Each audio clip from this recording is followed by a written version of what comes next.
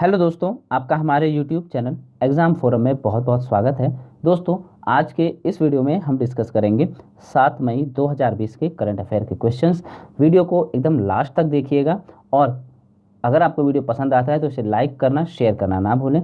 Video में जितने भी क्वेश्चन आएंगे उनसे जुड़े सभी एक्स्ट्रा फैक्ट जो हैं उनके बारे में भी हम डिस्कस करेंगे और इस वीडियो का जो पीडीएफ है उसे आप डिस्क्रिप्शन बॉक्स में दिए गए लिंक से डायरेक्ट डाउनलोड कर सकते हैं। तो आइए शुरू करते हैं आज का वीडियो और लेते हैं आज का पहला क्वेश्चन। पहला क्वेश्चन आपका आता है दोस्तों, हाल ही में यस बैंक के मुख्य जोखिम अधिकारी यानी कि चीफ रिस्क ऑफिसर के रूप में किसे नियुक्त किया गया है? तो इसका सही आंसर आता है ऑप्शन ए यानी नीरज धवन को नियुक्त किया गया है मुख्य जोखिम अधिकारी यस बैंक के। ठीक है दोस्तों, नेक्स्ट बात करते हैं, ये फोटो में है कौन? ये है नीरज धवन। अब बात करते हैं यस बैंक की। तो यस बैंक क्या है? एक प्राइवेट बैंक है जिसके सीईओ हैं प्रशांत कुमार। इसकी स्थापना की थी राणा कपूर ने और इसकी जो पेरेंट ऑर्गेनाइजेशन है वह है स्टेट बैंक ऑफ इंडिया। अब बात करते हैं कि यहाँ पे parent organization State Bank of India क्यों है?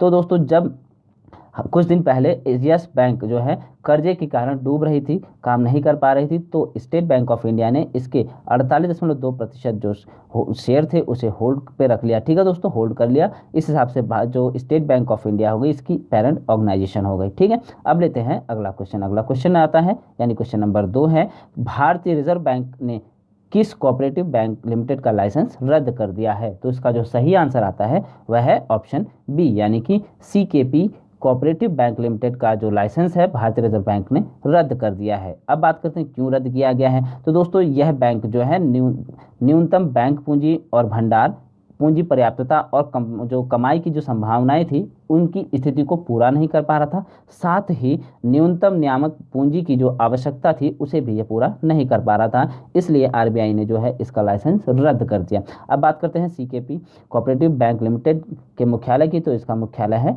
मुंबई में है। ठीक है, बात आई है यहाँ पे आरबीआई की, तो आरबीआई से जुड़े पॉइंट्स हम याद कर लें। याद रखने हैं कि आरबीआई के जो गवर्नर है प्रेजेंट टाइम में वह है शक्तिकांत दास। ठीक है, और यह कौन से नंबर के हैं? यह 25वें नंबर के हैं। ठीक है दोस्तों, इसका जो मुख्यालय है वह है मुंबई में। इसकी स्थापना की गई थी 1 अप्रैल 1935 को और इसका नेशनलाइजेशन यानी कि राष्ट्रीयकरण किया गया 1 जनवरी 1949 को। अब आपसे दो तरह के क्वेश्चन पूछे जाते हैं, तो आपको याद रखना है कि पहले गवर्नर आरबीआई के कौन थे? तो वह थे ऑस्मान स्मिथ। ठीक है, याद रखना है कि ऑस्मान स्मिथ जो थे पहले आरबीआई के गवर्नर थे जो कि ब्रिटिश थे। ठीक है, लेकिन आपसे जो क्वेश्चन पूछा जाता है वह पूछा जाता है कि पहले भारतीय कौन थे जो आरबीआई के गवर्नर थे? उसका सही आंसर आता है सीडी देशमुख। ठीक है, तो आपको ये पॉइंट याद रखना है। लेते हैं अगला क्वेश्चन यानी क्वेश्चन नंबर 3। क्वेश्चन नंबर 3 आपका आता है कि हाल ही में डब्ल्यूएचओ ने किस तारीख को विश्व हाथ स्वच्छता दिवस के रूप में चिन्हित किया है? तो इसका जो सही आंसर है वह है ऑप्शन ए यानी 5 मई को वर्ल्ड हैंड हाइजीन डे जो है डब्ल्यूएचओ ने चिन्हित किया है। ठीक है, अब बात करते हैं इसके बारे में दोस्तों। तो इस बार की जो थीम रही है save life clean your hand. WHO की बात आई है तो डब्ल्यूएचओ के बारे में बात कर लेते हैं। डब्ल्यूएचओ यानी वर्ल्ड हेल्थ ऑर्गेनाइजेशन, जिसकी स्थापना 7 अप्रैल 1948 को की गई थी और डब्ल्यूएचओ का जो मुख्यालय स्विट्जरलैंड के जिनेवा में है और इसके अध्यक्ष है टेड्रोस एडनॉम जो कि यूथोपिया के हैं।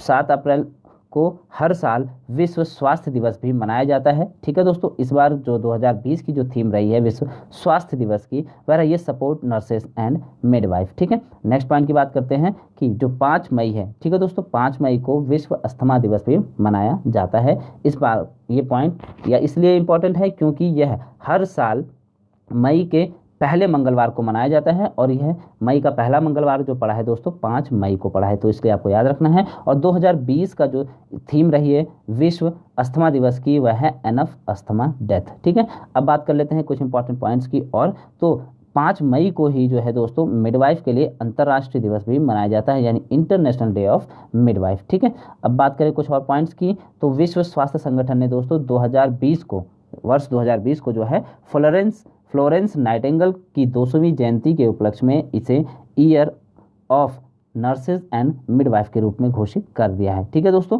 लेते हैं अब अगला क्वेश्चन यानी क्वेश्चन नंबर 4। क्वेश्चन नंबर 4 आपका आता है, हाल ही में भारत के कितने पत्रकारों को पुलित्जर पुरस्कार 2020 से सम्मानित किया गया है?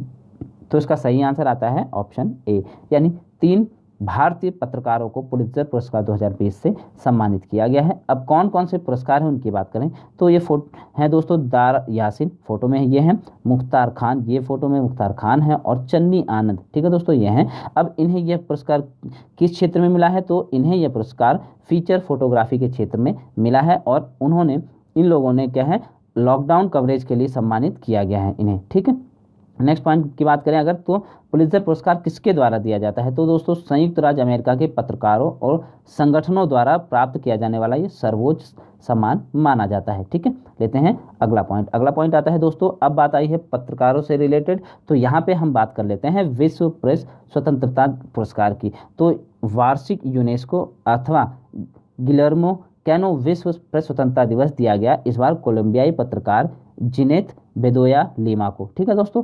और हर साल जो है 3 मई को ही जो है विश्व प्रेस स्वतंत्रता दिवस मनाया जाता है, क्योंकि बात यहाँ पे पत्रकार की चल रही है तो यहाँ पे इससे भी याद रखना है कि विश्व प्रेस स्वतंत्रता दिवस हर साल 3 मई को मनाया जाता है। और इस बार की जो थीम रही है वह है जर्नलिज्म विदाउट फियर और फेवर, ठीक है दोस्तों, पत्रकारिता बिना किसी लालच और भय के। साथ ही बात कर लेते हैं कि हर जो 3 मई है इसी दिन जो है विश्व प्रेस स्वतंत्रता सूचकांक 2020 भी घोषित किया गया दोस्तों, जिसमें भारत की जो रैंक है वह 142वीं है और पहले स्थान पर नॉर्वे है। साथ ही दोस्तों नॉर्थ कोरिया जो है 180वें स्थान यानी सबसे निचले स्थान पर है, यानी कि कह सकते हैं पत्रकारिता के क्षेत्र में यह स्थान बहुत ही बेकार है, यह जगह बहुत ही बेकार है, ठीक है। अब लेते हैं अगला क्वेश्चन यानी क्वेश्चन नंबर 5। क्वेश्चन नंबर 5 आता है दोस्तों, स्विमिंग विश्व चैंपियनशिप 2022 किस शहर में आयोजित किया जाएगा। तो इसका जो सही आंसर है दोस्तों वह है ऑप्शन सी यानी फुकुओका में स्विमिंग विश्व चैंपियनशिप 2022 का आयोजन किया जाएगा। अब यह चर्चा में क्यों है दोस्तों इसकी बात कर लेते हैं। तो दोस्तों यह जो स्विमिंग चैंपियनशिप है 2022 में इसलिए किया जा रहा है कि 2021 में जो है टोक्यो ओलंपिक होने हैं, उनसे ये क्लैश ना हो जाए, इसलिए इसे रीशेड्यूल किया गया है और 2022 में इसका आयोजन किया जाएगा। क्योंकि जो कि फुकुओका है दोस्तों यह भी जापान में ही है और टोक्यो जापान की राजधानी है, इसलिए यहाँ पे ये क्लैश हो रहे थे, इसलिए इसे पोस्टपोन कर दिया गया। अब आपको पता है कि 2020 के जो समर ओलंपिक है उसे 2021 में किया गया है, जो कि आयोजन कहाँ किया जा रहा है, जापान के टोक्यो में, ठीक है दोस्तों। नेक्स्ट पॉइंट की बात कर लेते हैं, अगर जो गवर्निंग बॉडी है स्विमिंग की, ठीक है दोस्तों, उसका नाम है फीना और इसके अध्यक्ष हैं जूलियो मैग्लियोन, ठीक है दोस्तों, जिसका हेडक्वार्टर है स्विट्जरलैंड के लॉजेन में, ठीक है। अब बात करते हैं यहाँ पे कुछ आयोजनों की, यानी विश्व चैंपियनशिप से रिलेटेड, यानी जो चैंपियनशिप से हैं उनसे रिलेटेड पॉइंट्स की बात कर लेते हैं। तो इनमें आ जाते हैं दोस्तों, पुरुषों की विश्व मुक्केबाजी चैंपियनशिप 2021 का आयोजन सर्बिया में किया जाएगा और 2020 यानी 2021 का जो आयोजन जो है किया जा रहा है समर ओलंपिक का जापान के टोक्यो में है। अब और भी जो आते हैं पॉइंट्स आते हैं उनके वेन्यू की बात कर लेते हैं और किस साल में होंगे उनकी बात कर लेते हैं। तो 2022 के वर्ल्ड गेम्स जो दोस्तों होंगे वह अमेरिका में होंगे, ठीक है। 2022 का जो कॉमनवेल्थ गेम है वह यूनाइटेड किंगडम के बर्मिंघम में खेला जाएगा, ठीक है। 2022 का जो विंटर ओलंपिक है चाइना के बीजिंग में। 2022 का एशियन गेम्स जो है चाइना के हांगझाऊ में होगा दोस्तों। 2022 का जो फीफा वर्ल्ड कप है कतर में आयोजित किया जा रहा है और 2023 का जो क्रिकेट वर्ल्ड कप है भारत में आयोजित किया जाएगा। 2023 का मेंस जो हॉकी वर्ल्ड कप है वह भारत के ओडिशा में किया जाएगा आयोजित। 2023 का रग्बी वर्ल्ड कप फ्रांस में आयोजित किया जाएगा और 2023 का जो बास्केटबॉल वर्ल्ड कप है उसका आयोजन संयुक्त रूप से फिलीपींस, जापान और इंडोनेशिया में किया जाएगा। तो आपको ये पॉइंट याद रखने हैं क्योंकि यहाँ से क्वेश्चन जरूर पूछा जाता है, ठीक है। लेते हैं क्वेश्चन नंबर 6। क्वेश्चन नंबर 6 है कि हाल ही में किसने कोविड-19 महामारी पर कोविड कथा नाम से एक मल्टीमीडिया गाइड लॉन्च की है। तो इसका सही आंसर है दोस्तों ऑप्शन सी यानी डॉक्टर हर्षवर्धन। ये फोटो में है दोस्तों डॉक्टर हर्षवर्धन, ठीक है। लेते हैं अगला को इसके बारे में बात कर लेते हैं दोस्तों। तो कोविड कथा क्या है, एक दिलचस्प और इंटरेस्टिंग मोड में जनता के लिए वैश्विक संकट पर समेकित और प्रमाणिक जानकारी दी गई है इसमें। और विज्ञान और प्रौद्योगिकी विभाग ने कोविड-19 के A to Z महत्वपूर्ण जानकारी के लिए मल्टीमीडिया गाइड तैयार की है। तो आपको ये पॉइंट याद रखना है, ठीक है। लेते हैं अगला क्वेश्चन यानी क्वेश्चन नंबर 7। हाल ही में किस राज्य ने मुख्यमंत्री शहरी रोजगार गारंटी योजना को लॉन्च किया है। तो इसका जो सही आंसर आता है वह है ऑप्शन ए यानी हिमाचल प्रदेश सरकार ने जो है मुख्यमंत्री शहरी रोजगार गारंटी योजना को लॉन्च किया है। अब बात कर लेते हैं इसमें है क्या चीज़। तो इसमें दोस्तों शहर में रहने वाले लोगों को, शहरी क्षेत्रों में रहने वाले लोगों को जो है 120 दिन का जो है रोजगार सुनिश्चित कराया जाएगा और इसे राज्य की कोरोना वायरस से सुस्त हुई अर्थव्यवस्था को जागरूक करने के लिए किया जा रहा है। ठीक है दोस्तों, अब बात कर लेते हैं हिमाचल प्रदेश की। तो हिमाचल प्रदेश से जुड़े जितने फैक्ट हैं उनकी बात कर लेते हैं। हिमाचल प्रदेश सरकार ने दोस्तों ई संजीवनी ओपीडी को तैयार किया है,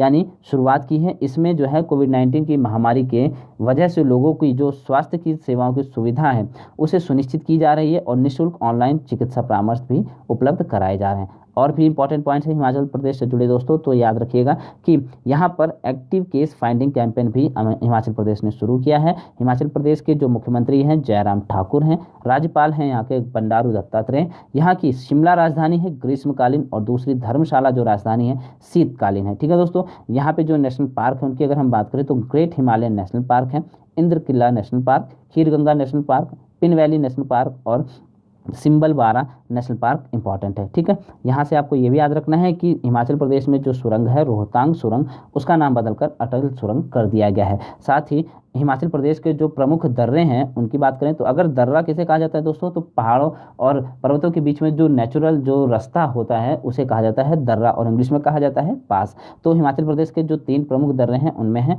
रोहतांग दर्रा, शिपकिला दर्रा और बड़ा लाचा दर्रा। तो आपको ये पॉइंट भी याद रखने लेते हैं। अगला क्वेश्चन यानी क्वेश्चन नंबर 8। क्वेश्चन नंबर 8 आता है दोस्तों कि हाल ही में NAM यानी नैम संपर्क समूह के ऑनलाइन शिखर सम्मेलन की मेजबानी किस देश के द्वारा की गई है। तो इसका जो सही आंसर है वह है ऑप्शन ए यानी अजरबैजान के द्वारा इसकी जो है मेजबानी की गई है। नाम क्या है दोस्तों, नॉन अलाइन मूवमेंट यानी गुट निरपेक्ष आंदोलन है और इसमें सम्मेलन में जो है भारत की तरफ से भारत के प्रधानमंत्री नरेंद्र मोदी ने ठीक है इसमें जो है पार्टिसिपेट किया। सम्मेलन की जो थीम थी वह है दोस्तों यूनाइटेड अगेंस्ट कोविड-19। ठीक है, नेक्स्ट पॉइंट की बात करें अगर तो नाम क्या है दोस्तों, इसके बारे में बताया गया कि नॉन अलाइन मूवमेंट है यानी गुटनिरपेक्ष आंदोलन, जिसकी स्थापना 1961 में की गई थी। इसका हेडक्वार्टर इंडोनेशिया के जकार्ता में है और इसके जो चेयरपर्सन है वह है इल्हाम अलियेव। ठीक है दोस्तों, अजरबैजान की बात करते हैं तो अजरबैजान की जो कैपिटल है बाकू है और यहाँ की करेंसी है मनात। ठीक है दोस्तों,